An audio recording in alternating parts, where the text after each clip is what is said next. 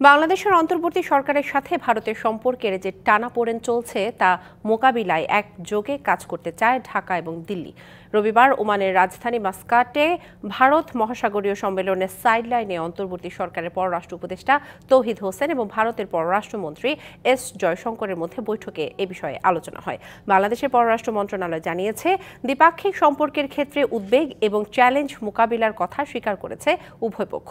বৈঠকে সীমান্ত নিরাপত্তা, পানি বন্টন, বন্যা ব্যবস্থাপনা, বাণিজ্য ভিসা সহ দ্বিপক্ষীয় প্রায় সব বিষয়ে তারা আলোচনা করেন।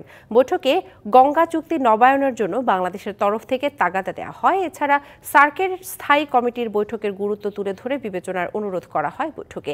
একই সঙ্গে ৪ এপ্রিল ব্যাংককে বিমস্টেক আঞ্চলিক সম্মেলনের সাইডলাইনে বাংলাদেশের অন্তর্বর্তী সরকারের প্রধান উপদেষ্টা ডক্টর ইউনূস এবং ভারতের প্রধানমন্ত্রী নরেন্দ্র মোদীর সম্ভাব্য বৈঠকের প্রস্তুতি নিয়েও আলোচনা করা হয়। আওয়ামী লীগ সরকারের পতনের পর সেপ্টেম্বরে নিউ ইয়র্কে জাতিসংঘের সাধারণ অধিবেশনের ফাঁকে প্রথম বৈঠক করেছিলেন তৌহিদ হোসেন এবং এস জয়শঙ্কর।